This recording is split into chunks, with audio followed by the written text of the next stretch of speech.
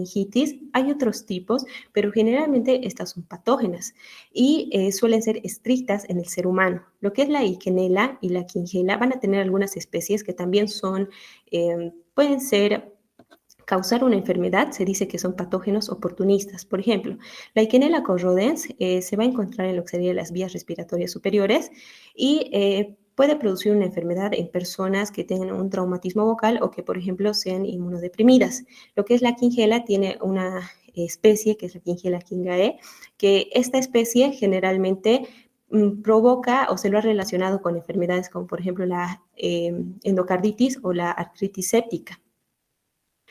Siguiente, por favor. Bien, ahora, para poder diferenciar los diferentes tipos de especies, es necesario saber cómo es la morfología y qué cosas nosotros podemos utilizar para identificar las diferentes especies de Neisseria. Cuando nosotros tenemos unas bacterias gram negativas y son cocos, no es indicativo de que no siempre va a ser indicativo de que sean Neisseria gonorrhoeae o meningitis, sino que también puede indicar lo que es una moraxella o una Cinetobacter. Para esto nosotros debemos conocer bien aquellas características que las diferencian a las Neisserias. La Neisseria gonorrhoeae, por ejemplo, es una bacteria que no forma esporas, son inmóviles, la mayoría es aerobia, hay algunas que pueden crecer en ambientes anaerobios. Tienen unas enzimas que son muy características, que son la oxidasa y la catalasa, que van a permitir hacer estudios de laboratorios rápidos, como son la prueba de oxidasa, en las que las Neisserias salen positivas, y la prueba de ADN-ASA, que nos permite diferenciar las Neisserias gonorrhoeae, que salen positivas, y las meningitis, la Neisseria gonorrhoeae sale negativa y la meningitis sale positiva. Otra cosa a tomar en cuenta es que sus requerimientos nutricionales son los hidratos de carbono. Hablando de lo que sería también otra forma de poder identificarlo es cómo crecen en diferentes medios de cultivo. Por ejemplo, la Neisseria meningitis suele crecer en un agar de sangre. Sin embargo, la Neisseria gonorrhoeae necesita lo que son requerimientos nutricionales más exigentes. Entonces, esto se va a lograr mediante medios que contengan o sean elaborados a base de agar de chocolate y que estos tengan una temperatura de 35 y 37 grados. Siguiente, por favor. Bien, un medio que es muy utilizado para el crecimiento de la N. gonorrhoeae es el agar de Thayer-Martin modificado. Este es un agar que va a tener todos los requerimientos nutricionales que necesita la Neisseria gonorrhoeae y a su vez este va a tener antimicrobianos como por ejemplo la colicistina y la vancomicina, que van a impedir el crecimiento de otros microorganismos y van a favorecer el crecimiento de la Neisseria gonorrhoeae. También puede ser de la meningitis, de la lactámica. ¿Cómo van a ser las colonias? Son mucoides, convexas, brillantes, elevadas de 1 a 5 milímetros y no son hemolíticas. Generalmente estas son muy sensibles y se dice que pueden generar enzimas autolíticas cuando hay una temperatura de 25 grados centígrados o cuando el pH es alcalino. Siguiente, por favor.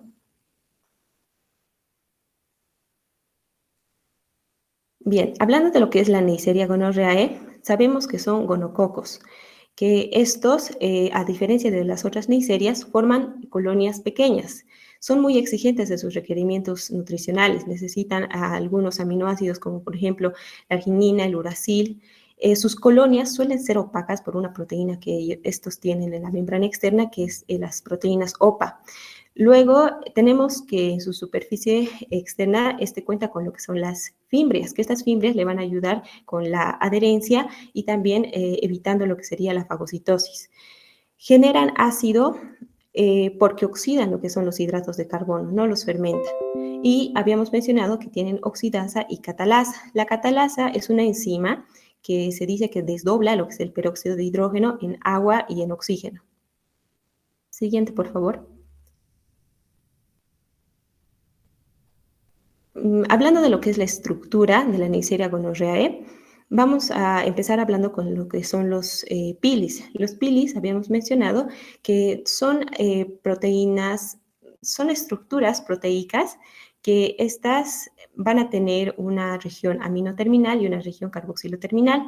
La aminoterminal le va a permitir adherirse y va a evitar lo que sería la fagocitosis, mientras que la carboxiloterminal es variable, entonces tiene un papel importante en la respuesta inmune. Los lipo-oligosacáridos generalmente son cadenas de hidratos de carbono cortas que le permiten a lo que sería esta bacteria generar endotoxinas que va a desencadenar procesos inflamatorios. Ahora, las proteínas POR generalmente son porinas, que permiten el paso de algunos nutrientes y que generalmente estas van a tener o van a actuar como factores de virulencia.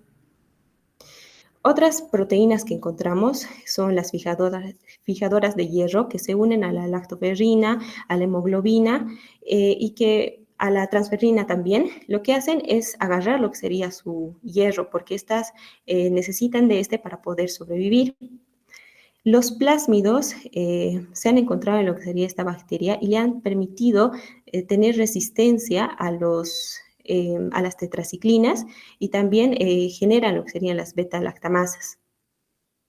Y las proteasas de IgA les permiten romper lo que es la bisagra de estas inmunoglobulinas que se encuentran en las mucosas. Siguiente, por favor. Hablando de esas estructuras, vamos a ver que la mayoría de estas van a actuar como factor de virulencia. Ahora, normalmente los factores de virulencia, como habíamos mencionado, va a ser el conjunto, por ejemplo, de los filis, que generan lo que sería la adherencia, de enzimas que le dan resistencia y de proteínas que se encuentran en su membrana externa. Entre estas proteínas, habíamos mencionado las proteínas POR, que son poros, y que tienen una variabilidad antigénica, lo que le permite a la Neisseria gonorrhoeae tener diferentes tipos de cepas. Luego, las proteínas OPA tienen una función en la adherencia y la señalización intercelular. Y las RMP son proteínas de reducción modificable. Se dicen que junto con las proteínas POR colaboran en la formación de poros y también generan lo que son anticuerpos bloqueantes.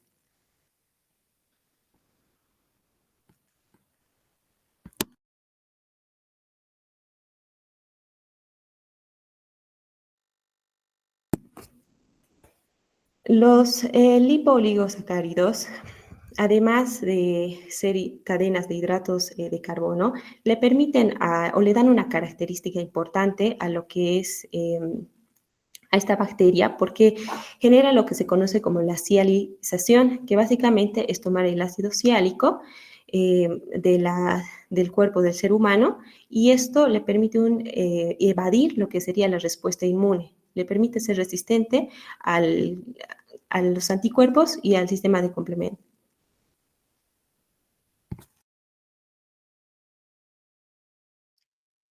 Bueno, en cuanto a lo que tenemos el sistema de transmisión, vamos a tener dos formas. La transmisión vertical, que se va a dar, que es la conocida como congénita.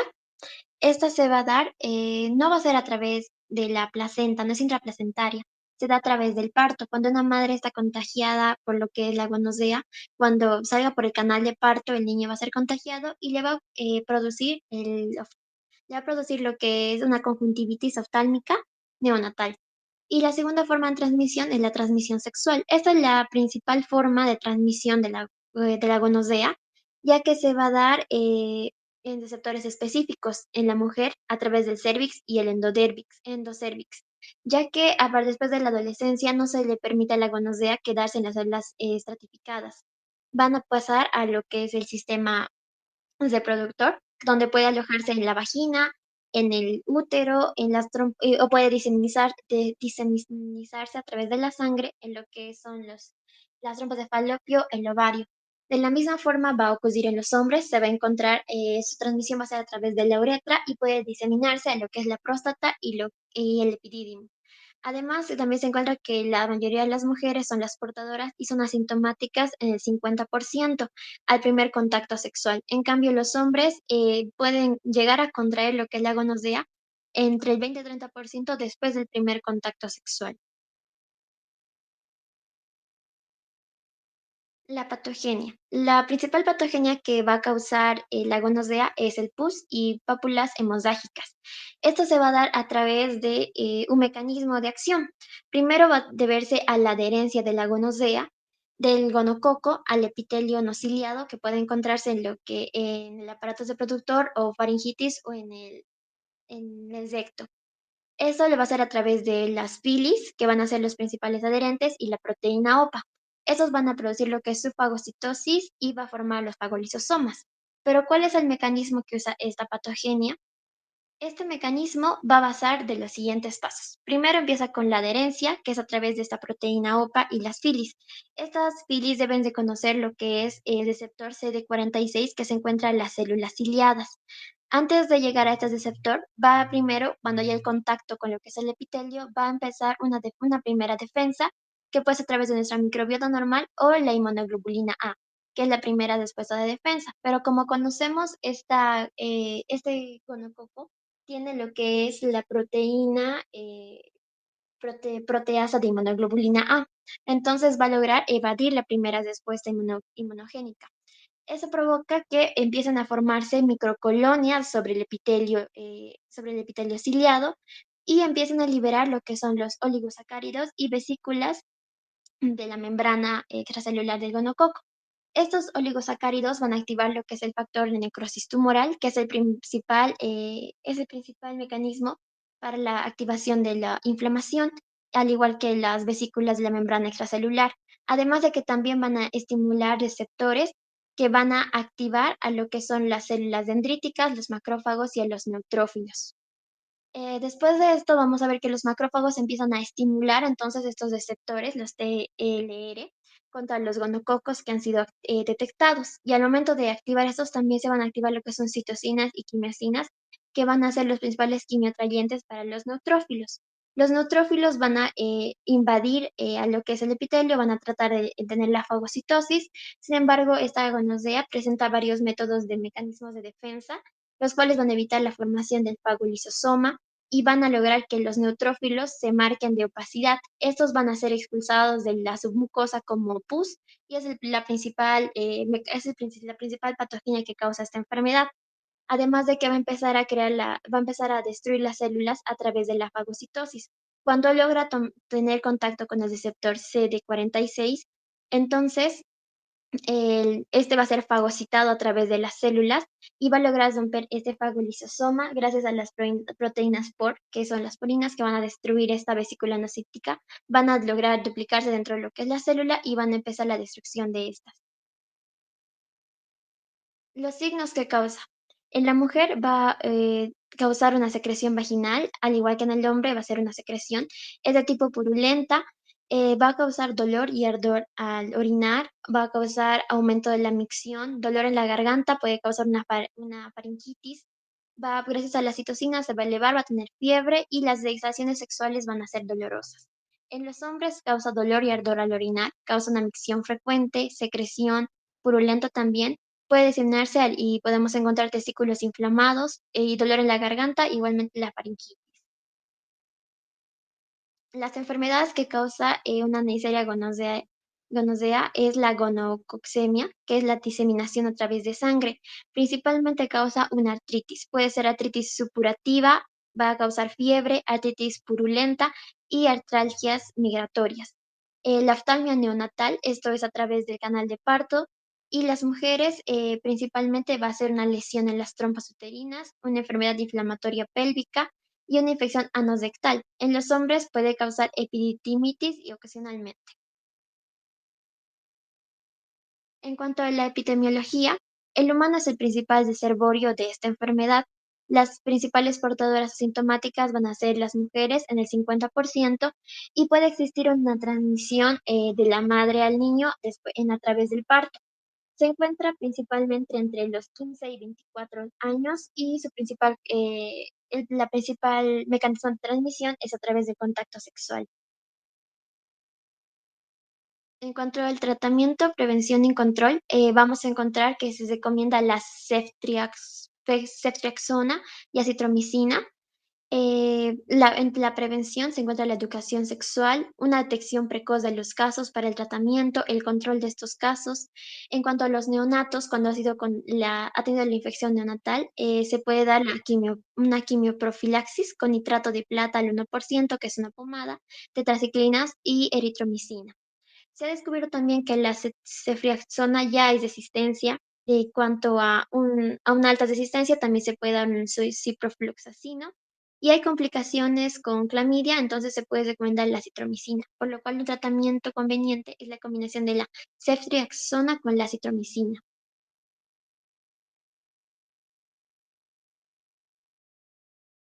Bien, vamos a hablar del diagnóstico. Bueno, vamos a comenzar con la microscopía, haciendo énfasis en la tinción Gram para hacer la diferenciación, ¿no?, sobre Gram positivas o Gram negativas. Eh, bueno, este método es realmente bastante útil. Tiene una sensibilidad del 90% y llega a ser específica hasta un 98%, en algunos casos de hombres con uretritis purulenta. Sin embargo, en hombres asintomáticas, esta puede ser menor al 60%. Esta es bastante útil en el poder diagnosticar la forma precoz de la uretritis purulenta. Pero también esta sensibilidad puede disminuir en la detección de Neisseria gonorrhoeae en los pacientes con algunas lesiones cutáneas. También en infecciones eh, sinorrectales o orofaringitis. Eh, algunas pruebas, otro método también puede ser las pruebas de ácidos nucleicos. Eh, Este de aquí es el más antiguo, el cual fue llamado patrón de oro de diagnóstico. Son bastante rápidas, llega a ser de 1 a 2 horas. Últimamente se ha descubierto lo que es el NAT, que este puede ser incluso de menos de 10 minutos. El problema con este NAT es que no permite monitorizar la resistencia hacia los antibióticos de los patógenos eh, identificados. Eh, También tenemos la detención de los antígenos. Estas pruebas de confirmación, perdón, estas muestras no son muy útiles. No se las recomiendan utilizar a menos que sean con pruebas de confirmación en muestras negativas.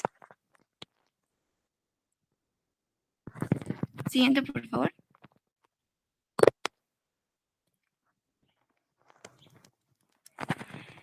Ok, vamos a hablar ahora de las Neisseria meningitidis o meningococos. Estas pueden ser, hay al menos 13 serogrupos y existen 6 serogrupos que son los más importantes. Estos de aquí son eh, el grupo A, B, C, X, Y W135. También, hablando de la etiología de la palabra, bueno, si dice meninges, vamos a hablar sobre las cubiertas del cerebro. Y al hablar de itis, vamos a hablar sobre una inflamación. Esta Neisseria puede causar trombos y meningitis meningocócica. Bueno, hablando de los trombos, esta se puede deber debido a una septicemia. Esta se va a llamar meningococcemia, en la cual hay una afectación multiorgánica, en la cual va a existir una coagulación intravascular y esta puede llegar a causar un shock y al mismo tiempo que ocurre una destrucción bilateral de las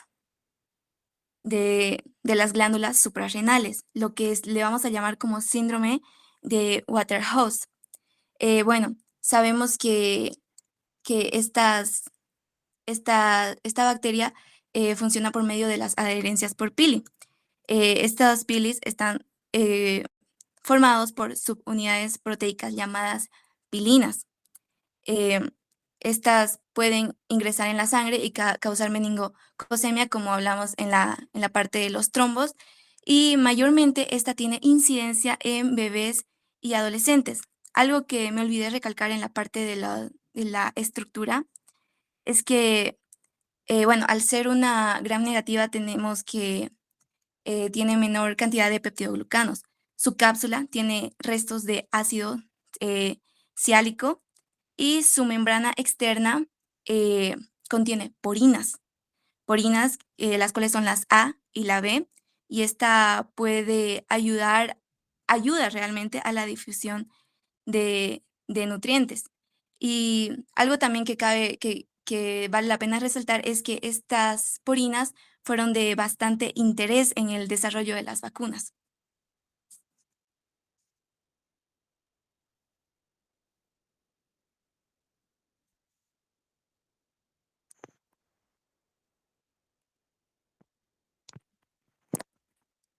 Ok, los factores. Eh, Bien, vamos a continuar con lo que son los factores de virulencia de la Neisseria meningitidis, que tiene una variedad de factores de virulencia, que estos, su objetivo es adherirse a las mucosas e invadir las células epiteliales, que va a llegar, tiene un fin, llegar a lo que es el sistema circulatorio. Entonces, los principales factores de virulencia que vamos a mencionar van a ser el pili. El pili tiene la capacidad de adherirse y para penetrar. A partir de eso, tenemos lo que son las proteínas de membrana, como podemos observar, las proteínas citoplasmáticas y las proteínas de membrana externa. También la membrana citoplasmática, que tiene dos capas, ¿no? Y el espacio periplasmático. En los factores de virulencia, el más importante es la cápsula, que está compuesta de hidratos de carbono y, como se mencionó, tiene 13 serogrupos. Los más importantes son el A, el B y el W135. El C y el A están relacionados con lo que es la enfermedad epidémicos y Neisseria meningitis. El Y y el W135 generalmente está relacionado con lo que es la neumonía meningocócica.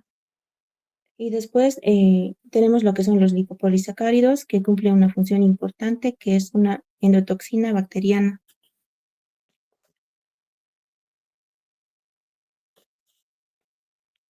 Siguiente.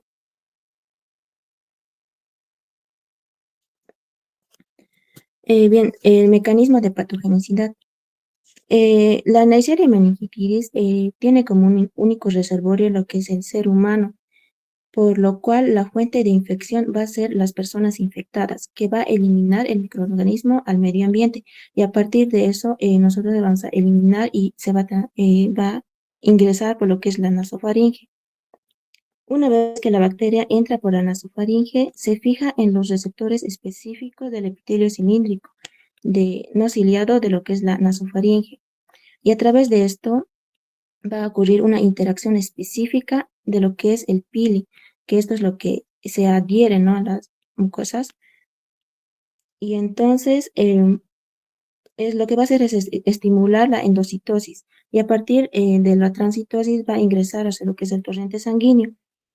Estas bacterias tienen la capacidad de sobrevivir en lo que es en el torrente sanguíneo, porque como bien sabemos que el torrente sanguíneo existe en lo que son las células como los neutrófilos, los linfocitos T, los linfocitos B, y tiene la capacidad de socializar la cápsula y se va a reducir lo que es la actividad del complemento. También no se va a poder unir a lo que es a los anticuerpos, por lo que no va a existir fagocitosis. Y esta bacteria va a seguir diseminándose, se va a multiplicar y de esta manera es que va a llegar hacia lo que es el sistema nervioso y va a atravesar lo que es la barrera hematoencefálica y de esta manera va a llegar al espacio subaracnoideo donde va a causar la inflamación y lo que es la enfermedad, en este caso la meningitis.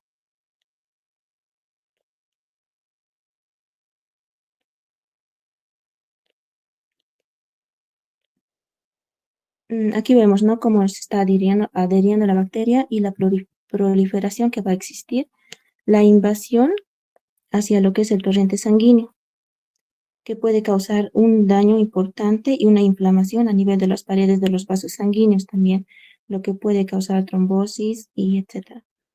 Y se disemina hasta el sistema nervioso central y lo que causa la meningitis, como habíamos mencionado.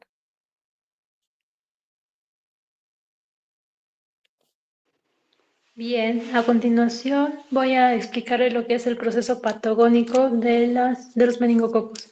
En primer lugar, ya se ha mencionado que se transmite por vías respiratorias, pero también se menciona que puede ser por medio de secreciones, por ejemplo, al estornudar o al escupir. Su mecanismo de reacción del huésped es un proceso inflamatorio, pero va a causar tanto daños en los vasos sanguíneos en lugar de atacar a los meningococos diseminados. Y algunas veces puede producirse una respuesta inmune humoral mediados por inmunoglobulinas G y M para neutralizar así la cápsula de los polisacáridos y facilitando su fagocitosis. Ahora, al momento de causar una meningitis, los meningococos tienen la capacidad de atravesar la barrera hematoencefálica y causando en sí una inflamación de las meninges a nivel de la bóveda craneal. ¿Qué quiere decir con esto? Que en primer lugar va a empezar como si fuera un resfrío grave de 3 a 5 días.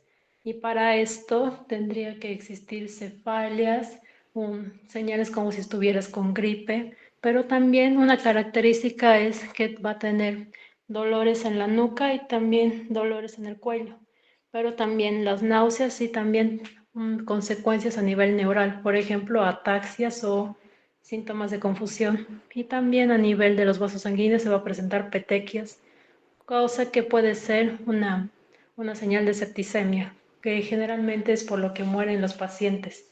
Siguiente, por favor. Ahora, en cuanto al tratamiento, es muy frecuente que se administre penicilina G, pero en caso de que existan pacientes que presenten resistencia o también alergias, se le ofrece alternativas como ceftriaxona, cefotaxima y clorafenicol. Otras alternativas también es el metronidazol, pero también se pueden administrar vacunas conjugadas del polisacárido de la cápsula de dichos serogrupos entre los menores de 12 y 18 años, pero en los lactantes generalmente tienen una inmunidad pasiva por mediante de la lactancia y la leche materna, por lo que se recomienda que a los bebés se les dé una lactancia materna adecuada. Después se puede recomendar quimioprofilaxis. Siguiente, por favor. En cuanto a la prevención, se ha mencionado de que la meningitis meningocócica se da en lugares hacinados y aumenta su prevalencia en zonas con un frío o en el invierno. Por unos ejemplos que puedo dar es en la ciudad de La Paz, que aumenta los casos de meningitis meningocócica, tanto en el liceo de policías actualmente o en las escuelas. Existen también dos vacunas tetravalentes eficaces contra los serogrupos A, C, Y W135. Después se sugiere mantener los ambientes en el que se frecuenta más ventilados y un rastrillaje en las zonas de alto hacinamiento o, como se dice, enfermedades de la pobreza. Siguiente, por favor.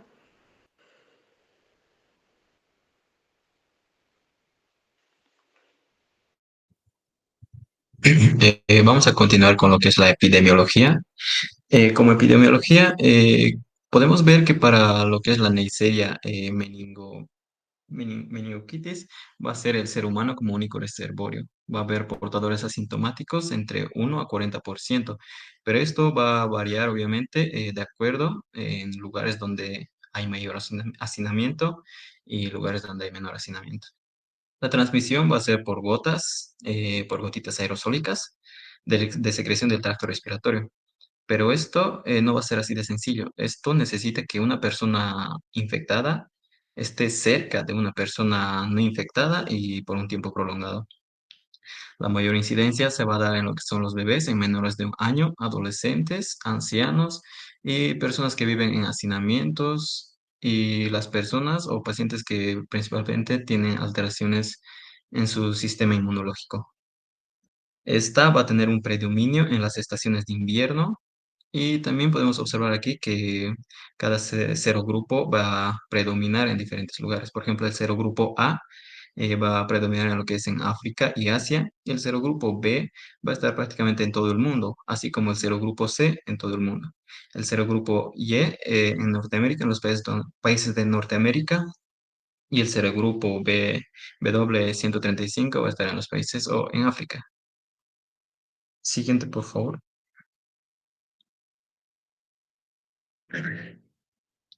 La, el diagnóstico. ¿Cómo vamos a hacer el diagnóstico? Primero vamos a obtener nuestra muestra, que va a ser el líquido cefalorraquídeo, que esta prácticamente va a servir para una tinción o un cultivo. También vamos a tener lo que es la sangre y lesiones, muestras de lesiones.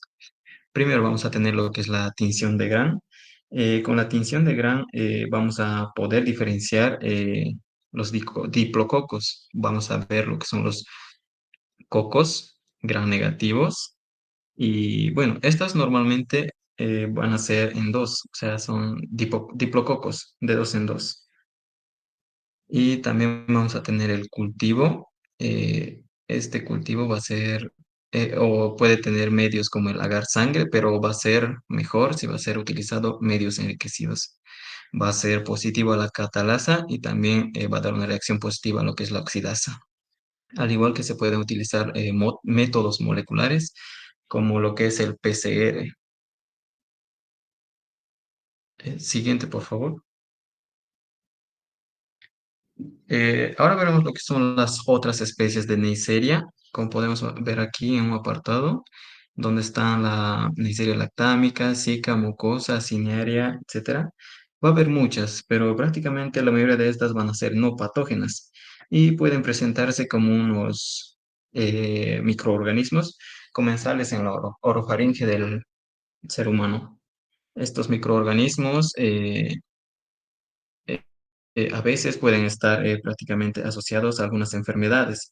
Por ejemplo, la Neisseria zika y la Neisseria mucosa en algunas enfermedades aisladas pueden presentar o estar asociados a lo que es la enfermedad de osteomielitis, la endocarditis y meningitis. Al igual que en unas infecciones broncopulmonares y otitis media aguda. Una característica importante de aquí, de una de las especies de Neisseria, es la Neisseria lactámica. Esta Neisseria lactámica es obviamente también parte de la flora bacteriana de lo que es la orofaringe del ser humano, pero esta igual va a presentar en muy pocas veces una enfermedad o a producir una enfermedad. Eh, la característica de este es que es la única que puede oxidar lo que es la lactosa. En un apartado lo veremos después. ¿Puedes pasar una diapositiva, por favor? Aquí, la Neisseria lactámica en la oxidación de los hidratos de carbono podemos ver que prácticamente va a oxidar todos los hidratos de carbono, como va a ser positivo a la glucosa, positivo a la maltosa y positivo a la lactosa, a diferencia de estas demás que no van a dar positivo a estas demás hidratos de carbono.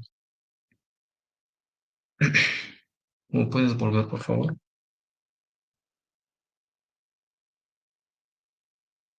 Otra, también tenemos a lo que es la Moraxella cataralis, que anteriormente recibió el nombre de Neisseria cataralis.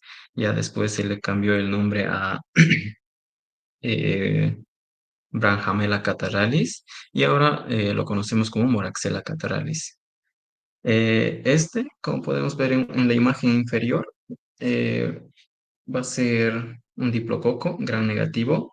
En algunas ocasiones se puede ver como en una cadena pero corta, y va a ser estrictamente aerobio, también va a ser oxidasa positivo y como habías mencionado se va a presentar en pares. Puede ser cultivado en agar sangre, agar sangre de oveja, agar chocolate e incluso en medios selectivos. Entonces, su característica va a tener es que tiene una falta de oxidación de los hidratos de carbono. Prácticamente esta también va a producir lo que es o dar positivo en la ADNasa, que prácticamente va a poder hidrolizar lo que son los ácidos nucleicos. También igualmente esta va a estar presente en, bueno, primero también va a formar la microbiota normal del aparato respiratorio de las personas.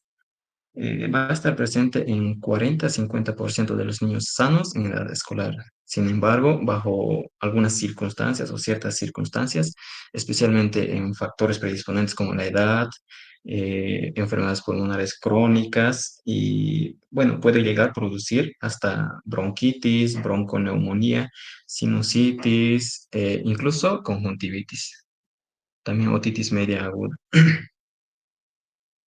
Bueno, si es que esta Moraxella catarrhalis va a producir o eh, va a ser una bacteria, o sea, va a producir una eh, bueno, en casos más graves va a producir lo que es la endocarditis y meningitis.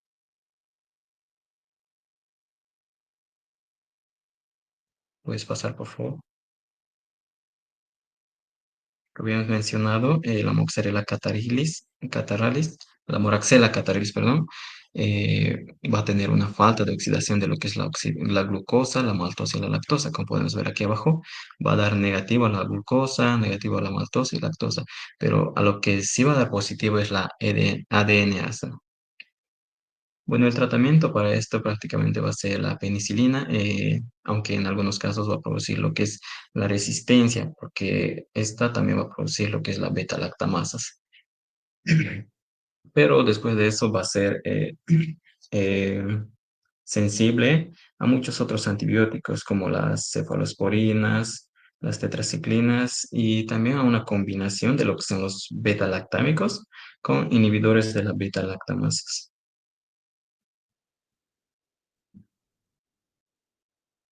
Sí, ya, eso es todo.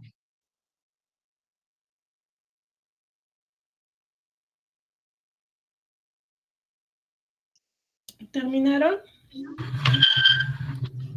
Sí. A ver, voy a hacer algunas preguntas para ver cuánto hemos entendido y qué es lo que vamos a remarcar, qué vamos a aumentar y qué vamos a quitar. Natalie dice, estas bacterias pueden usar azúcares, unos y otros, y eso las diferencia. Al usar los azúcares, ¿cómo ellos pueden catabolizar esos azúcares? Estos los oxidan, no los fermentan. ¿Eso qué significa? A eso quiero ir. ¿Se acuerdan? Se tiene el examen de esto mañana. Son vías catabólicas diferentes. Si no las fermentan, eso está relacionado con la capacidad de emplear o no el oxígeno. ¿Qué significa? A ver, que tengan la capacidad, que no tengan la capacidad de fermentar más fácilmente. ¿Qué significa eso?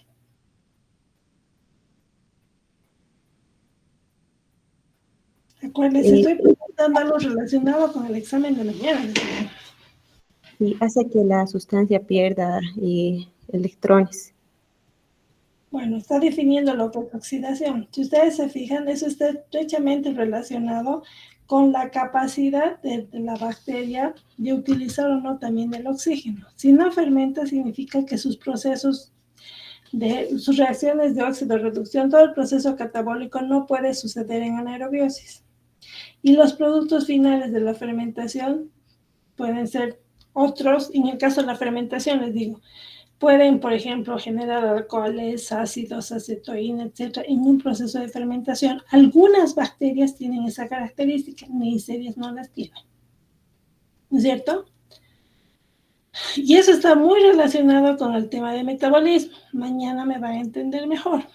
Ahora, ¿qué son? O sea, ustedes han hablado, por ejemplo, que tienen las porinas y han hablado del proceso de sialización, es decir, que ellos captan el ácido siálico. ¿Por qué una sialización puede evadir el sistema inmune? ¿Por qué el hecho de aumentar ácido siálico sus componentes hace que evada el sistema inmune?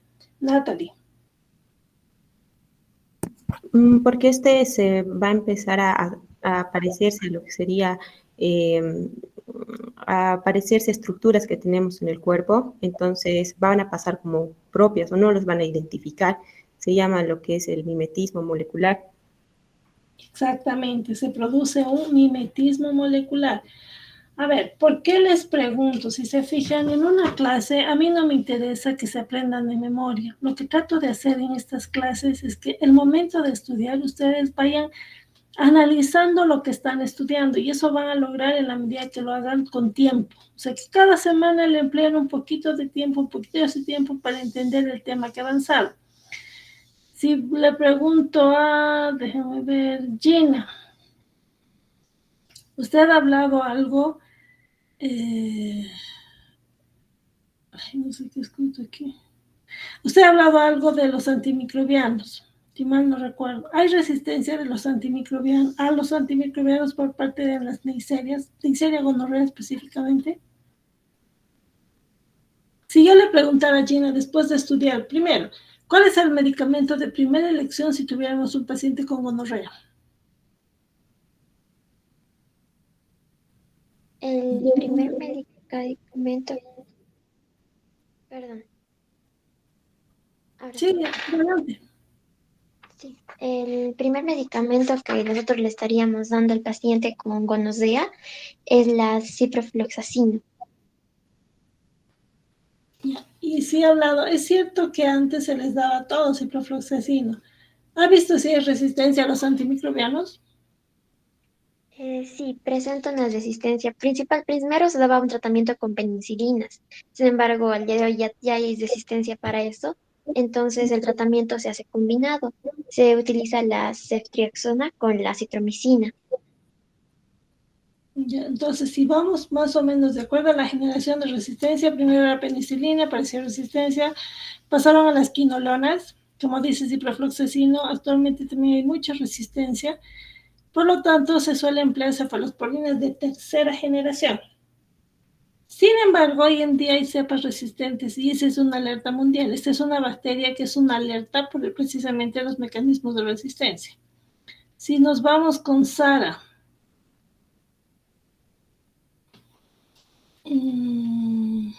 a ver, una pregunta que les va a servir para que razonen. ¿Qué hace? O sea, ¿por qué dice que Thayer-Martin es selectivo? Usted ha hablado un poco de diagnóstico del laboratorio. ¿Por qué decimos que Thayer-Martin es selectivo y digamos que un agar chocolate es solamente enriquecido pero no selectivo?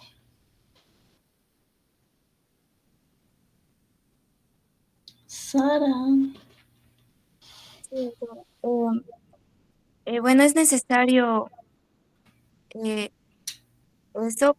Hay un, como que un medicamento, algo así, que se llama vancomicina, que yo me olvidé mencionar eso, debido a que al hacer el cultivo hay muchos microorganismos comensales.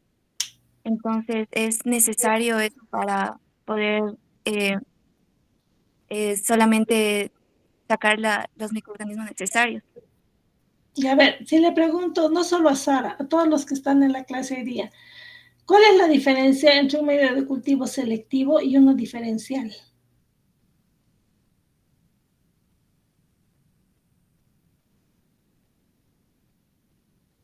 ¿Ya? ¿Qué diferencia habrá entre un medio de cultivo selectivo y uno diferencial?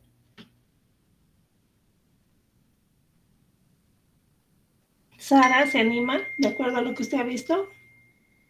¿Se anima a responder? Su nombre lo dice. ¿Qué diferencia hay entre un selectivo y un diferencial? Alguien levantó la mano, creo. Natalie, Obando. Sí, generalmente los diferenciales van a poner lo que el microorganismo como tal necesita para poder crecer, o sea, le van a poner antimicrobianos bien selectivos, algunos requerimientos nutricionales también bien específicos. Pero a ver, si es selectivo, ¿qué significa? Gina. Bueno, cuando hablamos de los medios selectivos, es hablando de una especie en específico. Puede ser la bacteria, podemos hablar de un hongo o hasta tal vez algo más específico de un virus que hay que hacer un cultivo diferente. Y uno diferencial que nos ayuda a ver qué tipo de especie estamos hablando. Si es un hongo, qué tipo de hongo, si es una bacteria, qué tipo de bacterias. Y en caso de uno selectivo también, o no diferencial, podemos decir también es de su metabolismo entre gram positivas, las gram negativas. Pero a ver, pónganse a pensar. Les estoy preguntando porque esto también es un temario del primer parcial. Un medio de cultivo es diferencial cuando se le pone algo que, como su nombre dice, permite diferenciar el microorganismo. Por ejemplo, si le ponen un indicador de pH, van a diferenciar bacterias que son más acidófilas o más alcalófilas o que van a dar origen a una modificación del pH. Y esa modificación del pH a ustedes les puede indicar si hay un proceso de acidificación, por ejemplo, significa que la bacteria puede metabolizar ese sustrato. O sea, el medio de cultivo es ¿cómo se llama? Diferencial, me permite diferenciar. Y si decimos que es un medio de cultivo selectivo, como en este caso, significa que me va a seleccionar. Es algo que inhibe todo lo que yo no quiero, ¿no es cierto? Entonces, si yo pongo en como ejemplo, que es lo que dice su compañero y viene al caso, un Thayer Martin es un medio de cultivo que le pone sangre recalentada, o sea, ponen toda la sangre y el contenido de los glóbulos rojos.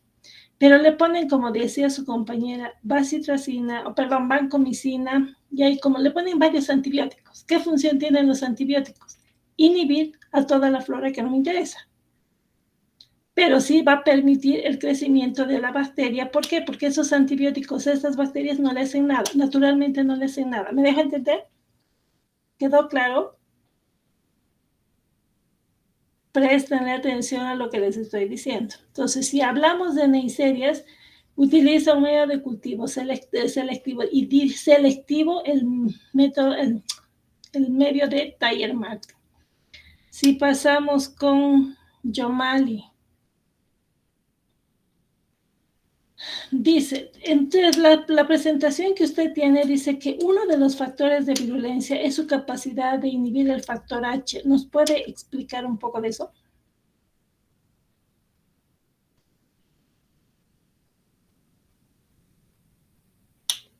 Usted hablaba de Neisseria meningitis. Factor H, no mencioné, doctora. Si pone las diapositivas, si tiene. A ver, pongan las diapositivas. Lo que pasa es que eso tenemos que mejorar, aumentar o quitar. De hecho, ¿pueden poner las diapositivas, por favor? Sí, doctor, lo comparto en un momento.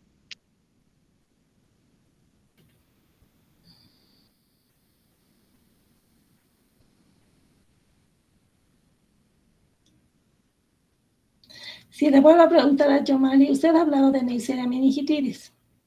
¿Será que un individuo puede tener Neisseria meningitis en la flora comensal y no causarle nada? Yomali. Ahí. Sí, podría ser asintomático. Una diapositiva posterior. Dice, principales factores de virulencia. ¿Cuáles son? Entre ellas está proteína de unión al factor H. ¿Se ubica? No se preocupen, no estoy calificando eso, pero me interesa que revisemos un poquito. O sea, lo que yo quiero es que cuando ustedes estudien, y este es un ejemplo para todos los que están en la sala, no lo tomen como si fuera una tabla como esta, ¿ya? Sino que vayan pensando. En las diapositivas que yo les pasé, más o menos tiene esa idea de que ustedes traten de imaginarse cómo es la bacteria y qué es lo que tiene que determine que sea invasiva, por ejemplo. Si yo les replanteo la pregunta, Yomali, dentro de todos estos factores de virulencia, ¿por cuáles cree que tiene una función fundamental en evadir la respuesta inmune, evadir la fagocitosis? Y por lo tanto hacerla invasiva. Por eso puede llegar a la meningitis, por eso se le ha puesto el nombre de Neisseria meningitis. Yomali. El principal sería la cápsula, que va a tener, podría tener derivados de ácido ciálico, que es quien va a evadir al sistema inmune y por esto es que se va a diseminar hacia el sistema nervioso central. Ya, y esas otras proteínas se refiere a mecanismos que están relacionados con evitar la actividad del complemento, ¿ya? Entonces, todo eso sumado hace que esta bacteria sea invasiva y pueda invadir. Y si les repito la pregunta, Jomani, ¿cree que algún individuo puede tener esta bacteria en la nasofaringe y que no le cause nada? Ah, pienso que sí, Sí, podría sí, ser hemos asintomático. hablado que en regiones donde hay hacinamiento ustedes pueden tener portadores. O sea, por ejemplo, en recintos militares puede haber una aportación y la aportación de esta bacteria puede ser mucho más alta en esas regiones. O sea, esa bacteria puede estar en un individuo no causarle nada o puede terminar invadiendo y llegando a meninges. Maite, ¿de qué está compuesta una vacuna contra Neisseria meningitis? Por los polisacáridos de la cápsula de los serogrupos A, B, Y, incluso de W135, es según el serogrupo que quieres inhibir. Exacto, y eso depende de los datos epidemiológicos de las regiones, ¿no es cierto?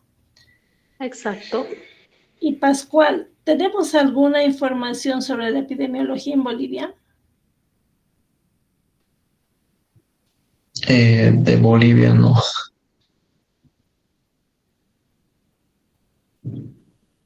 ¿Cómo De Bolivia, podemos, no.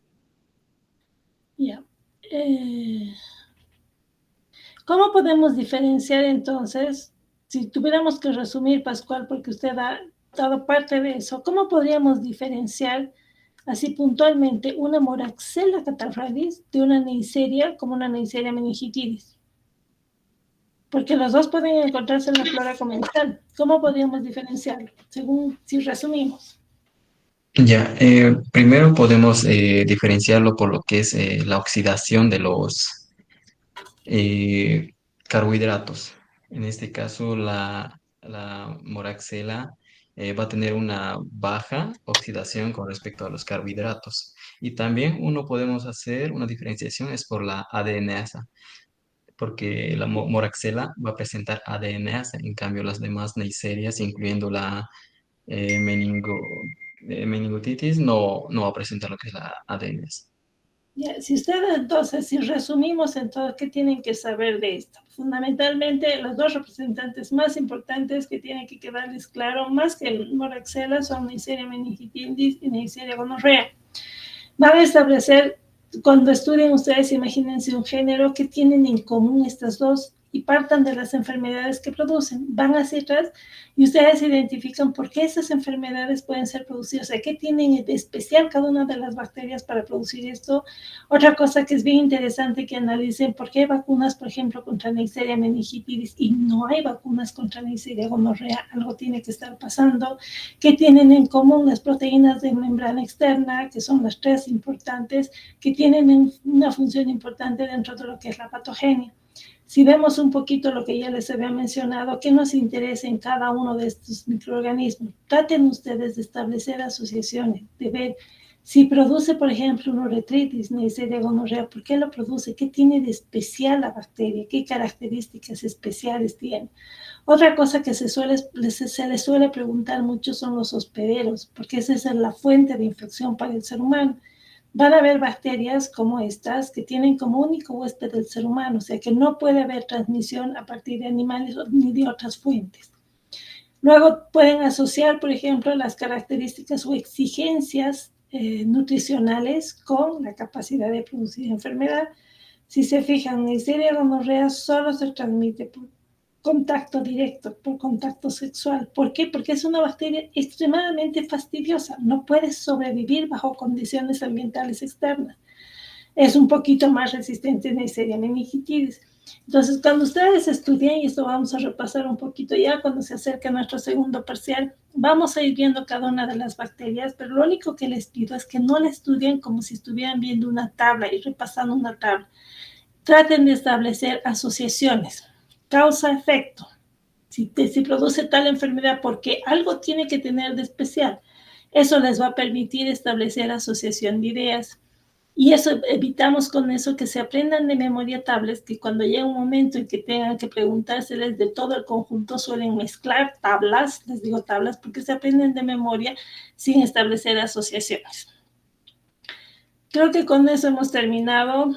Les he hecho, o sea, no estaba planificado así, pero la clase nos ha servido para analizar algunos conceptos básicos, que es temario de su primer parcial y que justo les toca ser evaluados el día de mañana. No sé si tienen alguna pregunta, alguna duda. Ya nos hemos pasado de la hora.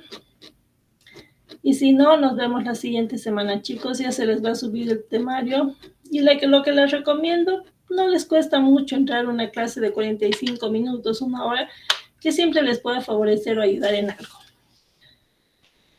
Si no tienen nada más, entonces nos vemos la siguiente semana. Váyanse a estudiar. Y gracias a los que han hecho el esfuerzo, porque se va a considerar que eso lo han hecho en época de exámenes.